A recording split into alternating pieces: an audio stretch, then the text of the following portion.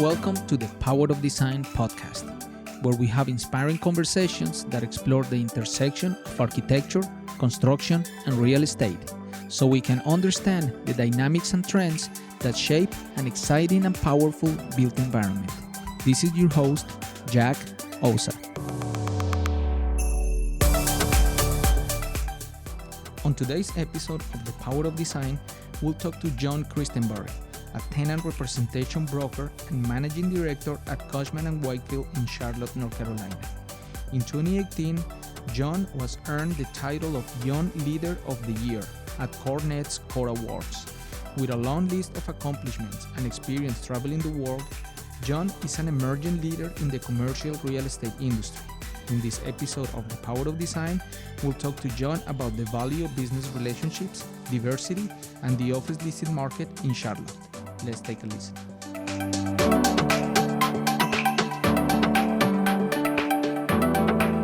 John, welcome to the Power of Design podcast. How are you today? Doing fantastic.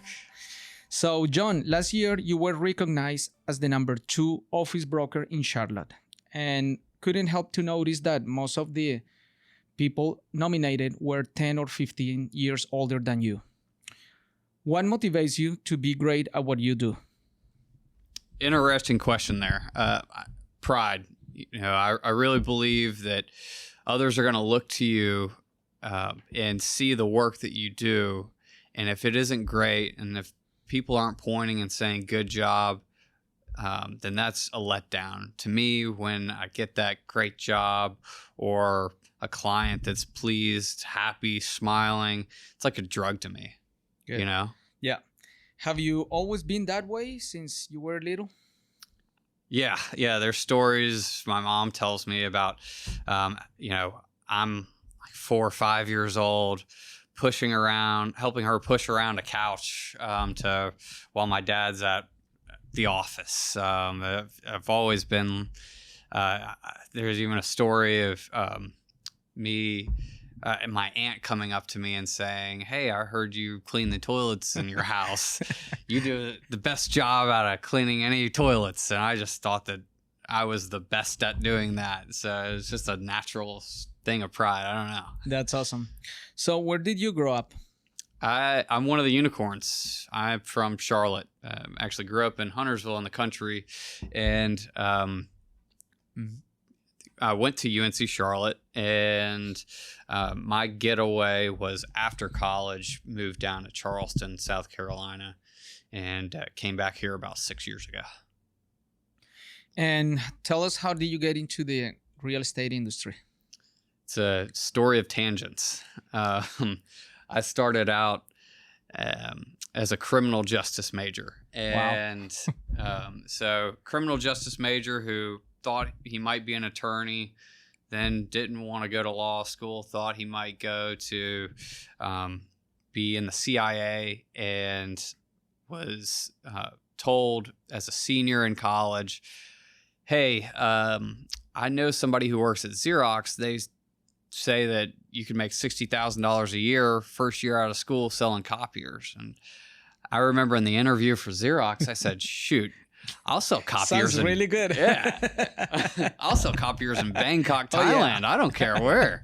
And so I was fortunate enough to get hired on with them. Great company. I think I calculated the amount of training that goes on with that company, and I took 350 hours of sales training my first year. Wow. And I learned so much in Xerox, and then eventually was recruited on to move into surgical sales, working with surgeons in the operating room. And so I had this great sales training, and then I got to work with very sophisticated geniuses in the operating room. And after doing that for a couple of years, was promoted to manage medical device reps, and was doing that for a couple of years on a plane every Monday, flying out Friday to come home, and decided that's just not for me. I can't live on a plane. Yeah. And so I had a good friend in commercial real estate here in Charlotte. He introduced me. I came and did a just a ride along with him. And I did a ride along with another gentleman who I respect very well, a guy named Steve Farr. Don't know if you know Steve. No, I don't. He is a big guy. He is former Georgia Tech lineman. I think he was a captain of that national championship team, but he worked for Collett and Associates at the time, now Merrifield Patrick. And I'm riding with him, and we're riding around Charlotte, and he says, this is going to be Whole Foods, and this is going to be this business, and this building's coming down. And that just really got me interested. Right. Because I thought, wow, if you're a part of this business, you really shape the city. Oh, sure. And great influence. Exactly. And that was so cool to me. And so that's how I ended up getting into commercial real estate. I ended up choosing to go into what's called office tenant representation. And what that means is that I help businesses that have office space in particular with their real estate decisions. So if they want to lease space, they want to go buy a building, if they just wanted to renew a lease, that's kind of what I do, and I love it. I've been doing it for close to 6 years now. Interesting. So you had a really rapid success in the industry, and I will think part of that is your previous experience within the medical field. So how does that relate the clients you had before to the clients you have now, and what are you using that is giving you that advantage and that edge today? So one, I think, would be work ethic. When I was in surgical sales, it was a very cutthroat industry with competitors, and a lot of competitors had the same tool that they were selling to these surgeons. Yeah. And it's very similar to what we do in real estate, where we have a service. It's us. Yeah. So what are you doing different with that same tool being, maybe your mind, and getting creative? And I think that's part of it. The work ethic side, surgical sales, you would have to be in the operating room at, call it 6:30 in the morning. Yeah. So you're awake, up and going, have breakfast. I'm one of those guys that got to have a full breakfast every morning. Sure. So I'm up at 4:30, 5 o'clock in the morning to make it into surgery. Then you're in surgery from 7 till 3:30, sometimes later. Then you go to surgeons' offices because you want to get into more appointments. Then you got to go and have dinner with these surgeons and wine and dine them. So, yeah, you're operating on, it could be 15, 16-hour days. Yeah. And then you rinse and repeat, and you do it all over again the next day. Sure. And so having that work ethic and jumping into an industry where you're not really required, because there aren't many meetings that are occurring prior to 7 a.m. in the real estate world, that was absolutely helpful. And then on the flip side, you're selling almost a commoditized product to a certain extent. Although every surgical device rep wants to think their device is special. Yeah. So when you think about that, we're kind of a commoditized item to a certain extent with our service. And how do you differentiate yourself from the other white guy in a sport coat right down the street? Yeah. And it's really thinking outside the box, and you had to do that in surgical sales. And I was able to take some of those pieces along with the work ethic, and hopefully my clients see it and see that I've got the work ethic and the creativity to really get them what they're looking for. What will your clients say is the biggest differentiator you bring to the marketplace? Biggest differentiator would be just ability to connect, I think. And I actually was with a client in Miami this past weekend, great guy, and he told me that several of my competitors had called on him. But what he found in me was I wasn't afraid to connect him to people that could help his business. and I had the network to do it. Yeah. And it was nothing to do with real estate. Sure. Right? Yeah. If I could grow his business, then secondhand, it's going to roll downhill and hit me on the real estate side. Yeah, that's very interesting because it's that approach of understanding your client's goals and how can you help them achieve those goals. You nailed it. Yeah, and it's that exchange of value that we're bringing to the marketplace. And you might help that client, may never get an assignment or project from them, but they might refer you to 10 people who can do that for exactly. You. So, yeah, that's very interesting about, forming relationships and taking care of those relationships to, continue doing business.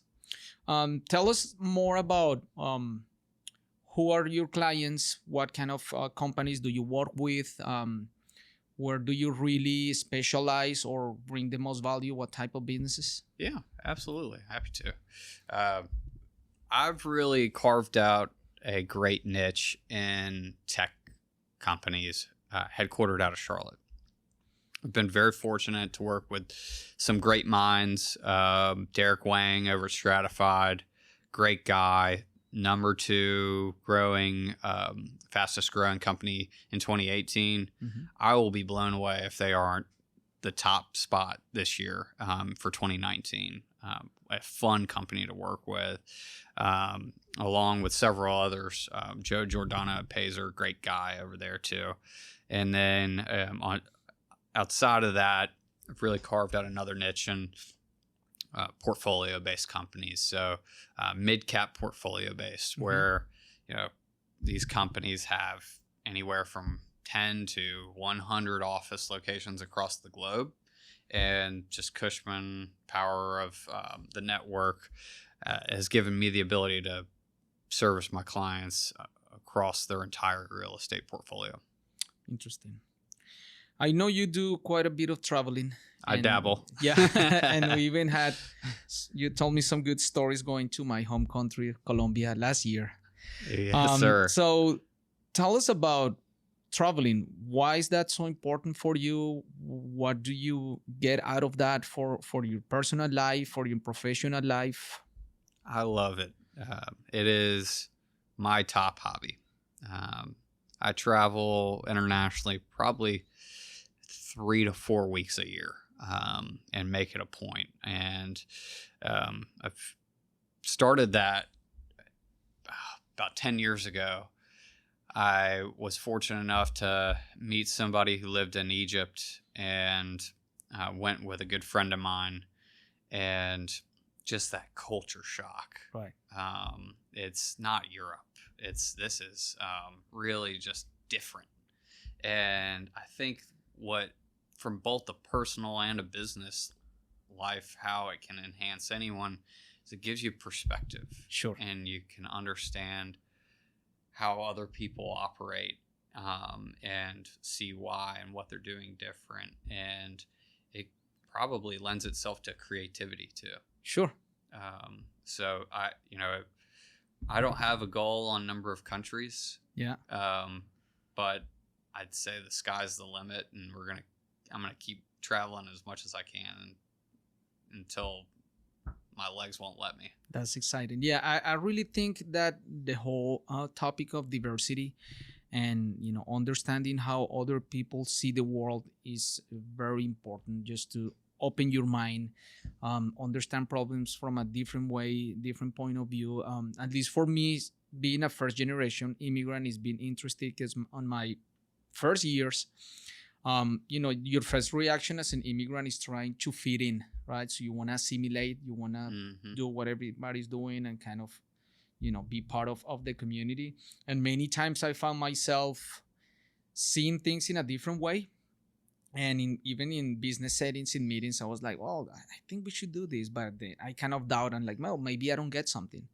Mm-hmm. But along the years, I realized that's what I'm bringing to the marketplace. Yeah, that different perspective, because of my background, my experience, the way I grew up, the things I experienced. They have just given me a different way to see the world.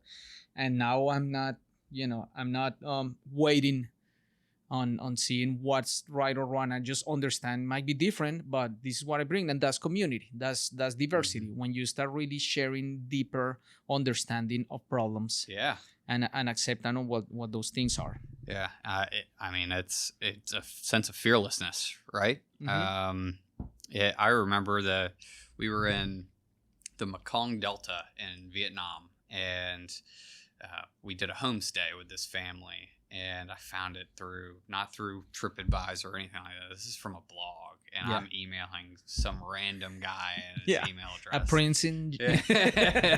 And we show up, and the conditions they live in they're mind-boggling, and only one person in that family spoke English, and it was an extended family of 10, and we had a blast. There's a group of 4 of us, and we had a blast with only one guy that spoke English, and we ate dinner with our whole family. Nice. And it was just so much fun, and I'll never forget that.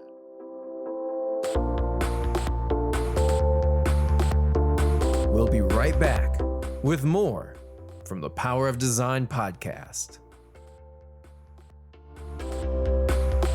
The Power of Design podcast is brought to you by Ossa Studio, a multidisciplinary design firm focused on creating impactful experiences through the power of design. We partner with our clients to create buildings, interior spaces, brands, and strategies that help you deliver a successful project. As a minority-owned firm, we are committed to building a diverse platform of curious and driven design professionals so we can together pursue our full potential. For more information, please visit us at www.ossastudio.com.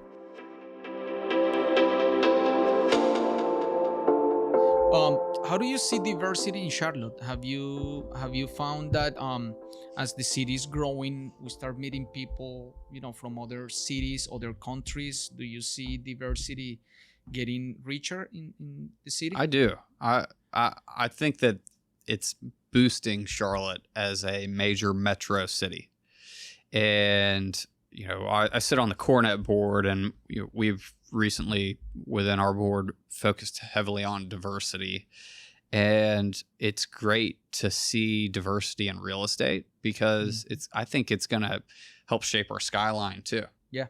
And we're not going to have the same buildings over and over, the same businesses.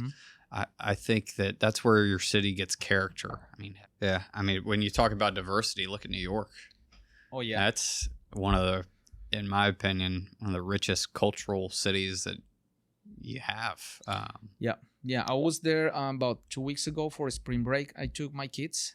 Fun. They're 10, 7, and 3. And I really wanted them to experience New York City. They know Charlotte. Yeah. We've been to Bogota, Colombia, which is big too. But it was a goal for me to have them there and ride the subway and see the people and see the buildings. And they loved it. We had a great time. We toured. That's so fun. We spent one whole day in Central Park. Went to the 9/11 Memorial. That place is amazing. It is. It's gorgeous. The World Trade Center, beautiful building. Went up there. So, yeah, I think that diversity is gonna help a lot. From my point of view in design, is gonna bring a lot of new things. I believe that most of the design solutions we've been getting lately, they're very similar. Following a formula, which I understand where they come from. It's about efficiency, sometimes cost, but we need more design, and we need more diversity and different ways to just create the built environment, which is what we're doing. And that's coming.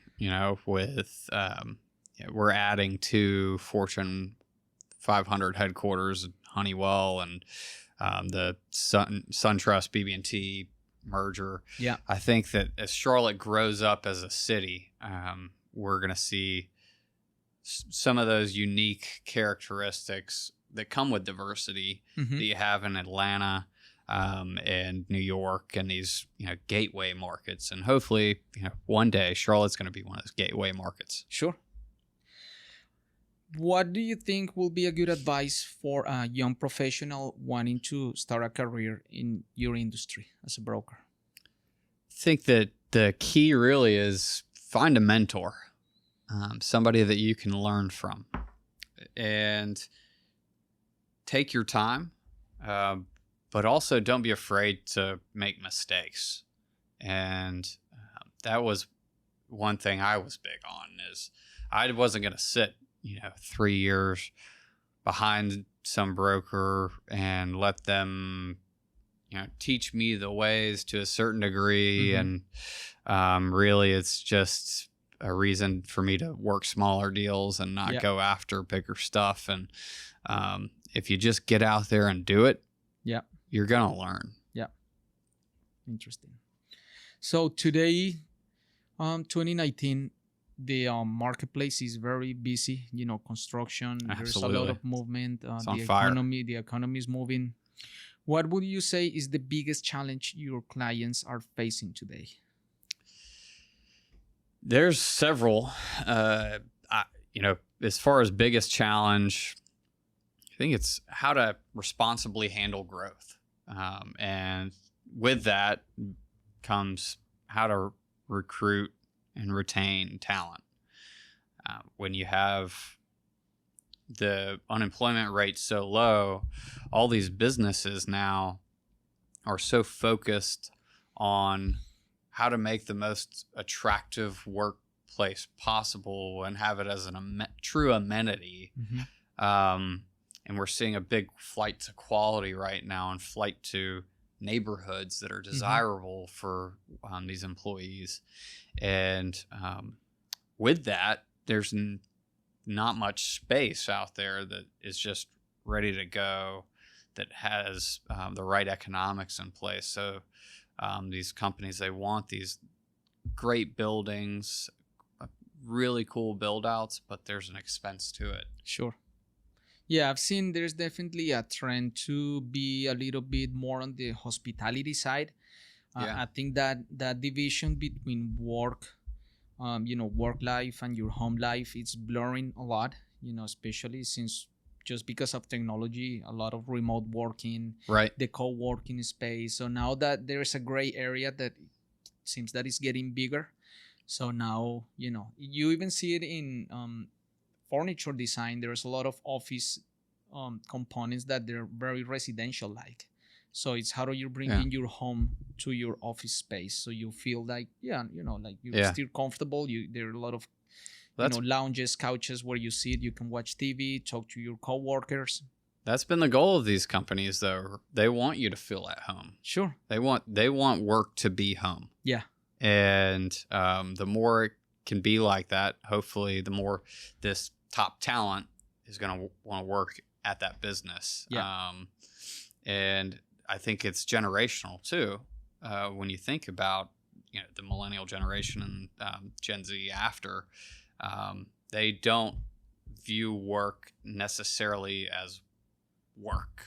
Sure. Where you think about the older generations, where there's a hierarchy of manager. Well, to a millennial or a Gen Z, that manager is a friend. Yeah. It's not necessarily a manager. Yeah. So I think that's what's kind of affecting how design plays into the workplace. Yeah, and with all these changes happening in the workplace, how do you see the future of the office design and overall leasing industry evolving in the future? Future of design, that's hard. That's your bailiwick. I'm looking at you for that answer. I think that there's going to be a realization that some of this open space can be distracting. Our office, we just moved in January, and we're a lot more open than what we used to be. And there are several times, even when I have headphones on, somebody's coming up to me and asking me something, right? And I'm out in the open. That can be distracting. And, if you put me in a room, I might be able to get some things done, but that takes a self-discipline to place myself in one of our focus rooms, right? So I think that's going to play a factor into it. Where I see the biggest change in real estate happening is on the technology side. commercial real estate has been the last industry, it feels like, to adopt technology. And we're seeing all the big players in commercial real estate, JLL, CBRE, Cushman and Wakefield, they're all investing millions into technology, millions. And whether it's software, how design occurs, you look at what Zillow did to the residential market. I think that that's due to happen to the commercial market at some point. WeWork has been a disruptor, serious disruptor. I think that we are on the cusp of technology really flipping our industry. Is there anything I didn't ask you that I should have?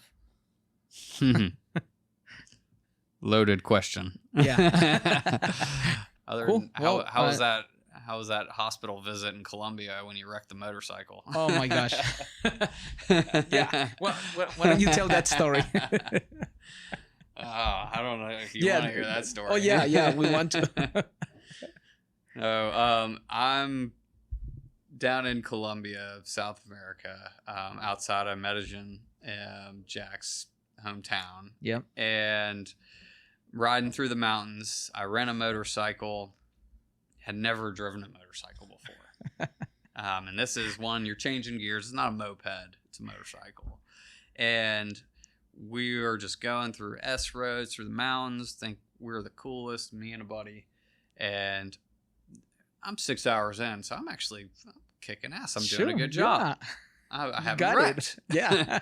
And there was one point where I'm on the bridge and I've got it throttle full blown. And I had to stop myself, be like, chill out. Yeah. You're going to die. And so on the way back, we're heading back. I'm just more confident than ever. And I go around one of these S turns and hit some sand and just bike goes out. I tumble, cut myself up pretty bad, just broke my toe bone, and that was it. Big toe. Luckily, Colombia military was just a couple minutes behind me. I jump on their bike, and they take me to the hospital. And this is a town called Guadalupe, outside, actually, San Rafael, which is outside of Guadalupe. Yeah. Town of maybe 200 people. Yes. And the hospital was not as clean as the hospitals you see here in a big city in a foreign country. And the woman's cleaning out my wounds, and I look up and there's rusty scissors in the windowsill, and I'm like, oh man, hope they don't this use isn't those good. on me. This is not good. And luckily, she patched me up. My bike was still drivable, although it was pretty messed up to where the alignment was basically faced 90 degrees the other way. So I rode, and it was sunset right when I get out of the hospital. There's only one way to get the bike back. And this was an hour-and-a-half bike ride home. Yeah. I had to drive the bike through the mountains with the alignment messed up. Wow. And in the dark. And then 20 minutes left into the bike ride, it starts to rain. Oh, wow. And I'm like, that should have been a movie. God, why? But I made it back. The guys who I rented the bikes from were good sports about it. They actually gave me a beer when I got back. And luckily, our dollar went far enough to where it only cost me $120 to fix the bike. Good. Yeah. Nice. So, you'll never forget that trip. I'll never forget the trip, and I'll never ride a motorcycle again. Good. Good. So, John, thank you so much for agreeing to come here and talk with me. I value your friendship, and I respect who you are and what you do, and I look Likewise. forward to continue our relationship and keep making Charlotte better. Perfect. Thanks, Jack. Thanks for the opportunity. Sure.